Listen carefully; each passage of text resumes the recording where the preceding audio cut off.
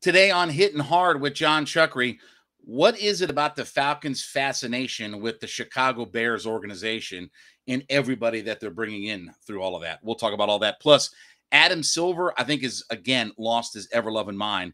This is Hitting Hard with Jon Chuckery. We welcome you into episode 5 of the show. We want to thank you so much for being part of the audience. Remember to subscribe to our YouTube channel. It's at Locked On Sports Atlanta. And we want you to be a part of the community there. Leave us some comments. Leave us some thoughts about what you're hearing, what you like, what you don't like out of all of it. But definitely subscribe to the Locked On Sports Atlanta podcast series. And we really appreciate you being part of this family. Don't forget, you can follow me on Twitter at JMCH316, at JMCH316 on Twitter. And we got a lot to get into today. But first, I want to tell you that this episode is sponsored by our friends at Rock Auto. Listen, we know a lot of you out there are do-it-yourselfers and you want to get your car fixed and this, that, and the other, and you're used to just having to go to one of the big chain stores, right?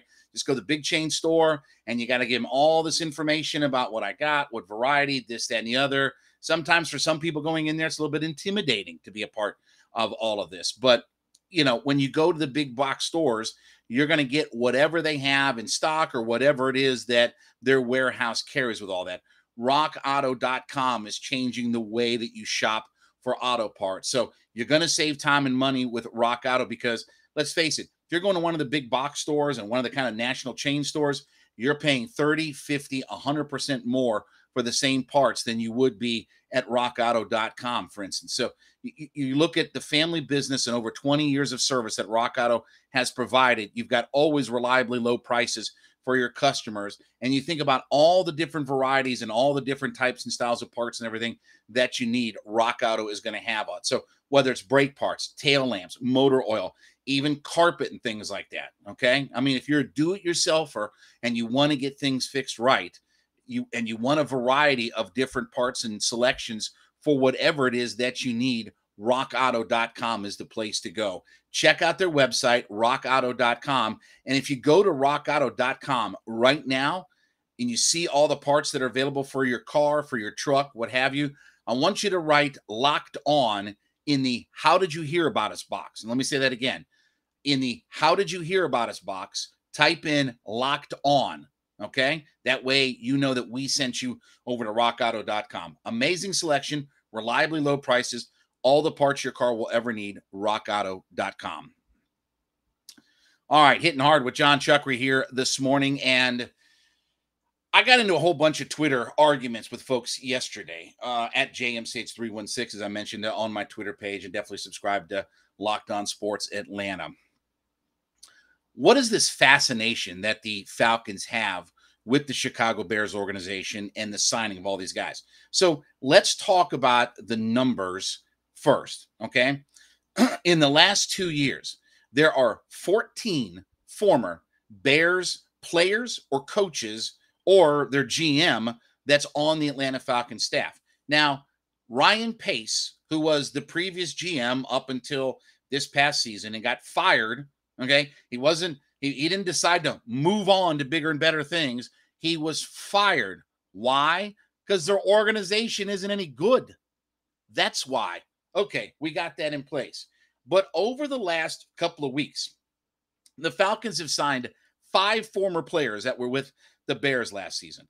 Now, here's my problem with this whole thing is why are we relying on finding pieces and parts all across the NFL? And we're getting a whole bunch of pieces, parts, coaches from one of the worst organizations in the NFL. You know, as bad of an organization as we are, the Bears are probably worse. And that's where we're going to. Well, you go where you have relationships and you know people and all that stuff. Well, why don't we use the Saints and the Tennessee Titans, for instance? Those are good organizations. Those are organizations that have a lot more figured out than the Chicago Bears. Well, you know, they're on cheap contracts. So out of all of the thousands of players that are available in the NFL today, out of all of the guys that are available, the only ones we can sign are all the former Bears. All the guys who played for another loser organization these last couple of years. See, this is my issue with the whole thing. Take Auden Tate. Okay? I like the Auden Tate signing. Why? He's a guy that, because of injury and things like that, when you look at the Bengals, they drafted Jamar Chase last year. He's the offensive rookie of the year, right? Blows up. T. Higgins is a 1,000-yard wide receiver. Boyd has a monster. They've got lots of wide receivers. They've got lots of weapons. Tate's a guy who's been hurt, but he's got some upside, and he's played with a Super Bowl team in the Bengals and basically is pinched and squeezed out. Okay, the Falcons go and identify him and bring him in. I don't know what Auden Tate will be, but I can understand and like the circumstances from which he came. You take Damian Williams and Ifedi and all these guys, great. Ifedi's a first-round pick who's on his third team in 7 years. Why is that? Why do you think that is? And it's not a matter of the head coach had a relationship with him, the GM had a relationship with him. No, it's because the guy who's helping our GM had a relationship with him. That's why those guys are here. Well, Dave Ragone. Sorry, but Dave Ragone's not a decision maker in some of this stuff. That's what you have Terry and Arthur for. That's what you hired them and gave them millions of dollars for, is to help put this together. And you fit the offensive philosophy. Ragone is fitting Arthur Smith's philosophy, not the players fit Dave Ragone. See how that works? That's why you have a guy that's a head coach or with the OC. It's his offensive. This goes back to what we talked about for years with Seattle. I don't care what you want to call Gus Bradley or Dan Quinn. You can call him whatever the hell you want. But the real DC in Seattle is Pete Carroll. The real DC in New England is Bill. You can tell me about Romeo Crennel, and you can tell me about who's the guy that coached the Lions and all this stuff. You can tell me all that nonsense in the world. The real DC in those organizations is their head coach, and your coaches adapt to their philosophy. So I don't want to hear about Dave Ragone's the OC, and we got to get the players. No, they're fitting Arthur Smith's system. He's the offensive mind. That's why he was brought in here. That's why they went with the offensive guy over the last, 2 coaches that were defensive-minded guys. But why are we so fascinated with going to bad organizations to load up our roster? Are you telling me there are no cheap players available? The whole thing about Terry Fontenot was his expertise was in the area of identifying NFL talent. That's what he did for the Saints, is head up their NFL pro player personnel. Wouldn't this be in his wheelhouse?